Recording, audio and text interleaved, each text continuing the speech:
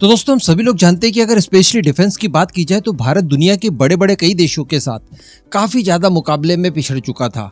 लेकिन इसका मतलब ये नहीं है कि ये जो पिछड़ाव का गैप है ये एज इट इज रहेगा, बल्कि भारत ने इस दौरान जो एक्सेलरेट किया है अपनी टेक्नोलॉजी को गेन करने के लिए वो काबिले तारीफ है। और अब भारत तेजी से दूसरे देशों से जो पिछड़ाव की वजह से गैप आया था उसे फुलफिल करने में पूरी तरह से अपने आप को झोंक चुका है और परिणाम काफी ज्यादा सकारात्मक निकल रहे हैं। कौन कहेगा कि तेजस, जिसके लिए अभी तक हम लोग प्रॉपर इंजन तक नहीं बना पाए, लेकिन वही भारत, वही एचएएल और वही डीआरडीओ एमका और टेड बीएफ का अनमैन्ड वेरिएंट भी बनाने जा रहे हैं, फूफा बना रहे हैं, इसके अलावा घातक यूसीए बना रहे हैं। कहने का मतलब ऐसी कोई भी फ्लाइंग मशीन जो कि आपको युद्ध जिता सकती है वो बाकी नहीं रह जाएगी जो हमने खुद ने डेवलप की हो। सब बना चुके हैं और सब बना रहे हैं। इसके अतिरिक्त एक बहुत ही इंपॉर्टेंट अपडेट निकल कर आया है हमारे कैट सिस्टम से संबंधित। हम सभी जानते हैं कि कॉम्बैट एयर टीमिंग सिस्टम यानी कैट्स, जिसके ऊपर काम कर रहा है इस समय एचएएल, उसको लेकर दो बहुत प्रमुख अपडेट निकल कर आए हैं।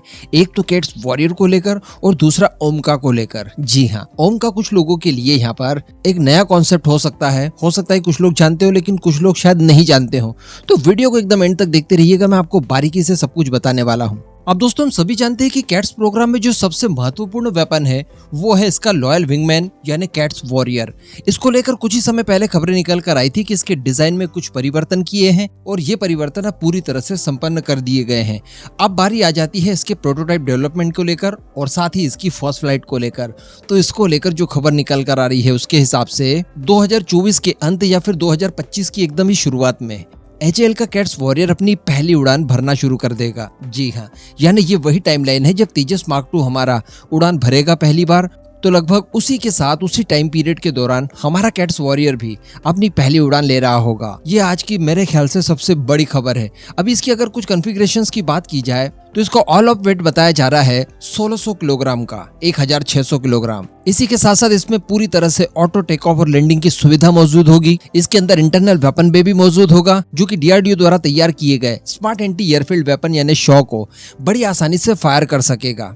इसी के साथ साथ इसके अंदर 2 एसरेम मिसाइल यानी क्लोज कॉम्बैट मिसाइलों की भी सुविधा होने जा रही है। और इसको लेकर जो चीजें अभी पूरी तरह से तैयार हो चुकी है उसमें बताया जा रहा है कि इसका ऑल इलेक्ट्रिक लैंडिंग गियर, इसके जो व्हील्स वगैरह होते हैं वो, ब्रेक, इसी के साथ साथ एफसी एक्चुएटर्स और इस तरह के कई और महत्वपूर्ण पार्ट्स बनकर पूरी तरह से तैयार हैं। बस अब इन्हें असेंबल करके एक प्रोटोटाइप का शेप दे दिया जाएगा। उसके बाद 2024 या फिर 25 की एकदम शुरुआत में इसकी फर्स्ट फ्लाइट को कंडक्ट करवाया जाएगा। यह आपको 9000 मीटर की सर्विस सीलिंग के साथ 2 घंटे का एंड्योरेंस देने वाला है। तो कहने का मतलब किसी भी तरह की डीप स्ट्राइक दुश्मन को पता लगे बिना करनी हो तो हम लोग इसी से कर पाएंगे। अब अगर बात की जाए ओमका की तो यहाँ पर हम लोग कह सकते हैं कि आम के आम और गुठलियों के डाम, या फिर जो हमारा मिग 21 है उसका प्लान बी क्या है वो आप जानिए। मैं आपको बता दूं कि ओमका प्रोग्राम भी कैट सिस्टम के अंतर्गत ही आएगा और यहाँ पर ओमका का मतलब है ऑप्शनली मैन्ड कॉम्बैट एयरक्राफ्ट, यानी इन्हें कोई पायलट भी उड़ा सकता है और बिना पायलट के भी ये अपने ऑपरेशंस को अंजाम देने में पूरी तरह से सक्षम होंगे। अब इनके लिए इस्तेमाल किया जाएगा भारत की तरफ से अपने पुराने मिग 21 जो कि रिटायर हो चुके होंगे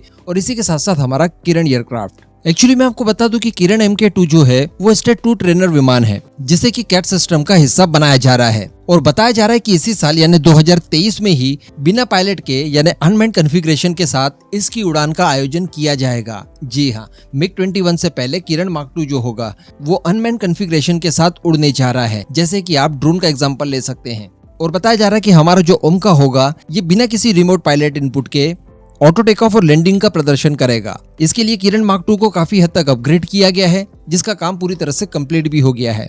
इसके अतिरिक्त जैसा कि मैंने आपको बताया कि मिग 21 रिटायर होने के बाद शामिल किए जाएंगे और साथ ही जो मिग 27 है उनका इस्तेमाल भी ओमका बनाने के तौर पर किया जाएगा। और ये जब बन जाएंगे उसके बाद ये भारी भरकम स्ट्राइक करने में बहुत ज्यादा सक्षम होंगे और सबसे बड़ी बात कि जो दुश्मनों की एयर डिफेंस सिस्टम्स वगैरह हैं उन्हें न्यूट्रलाइज करने के लिए इनका इस्तेमाल किया जाएगा। इनमें भारी भरकम पेलोड लाद कर उसके बाद इनसे सीधे हमला करवाया जाएगा। तो कहने का मतलब अगले 2 सालों में 2 बड़े हथियार जो कैट सिस्टम से संबंधित होंगे वो पूरी तरह से तैयार होने जा रहे हैं।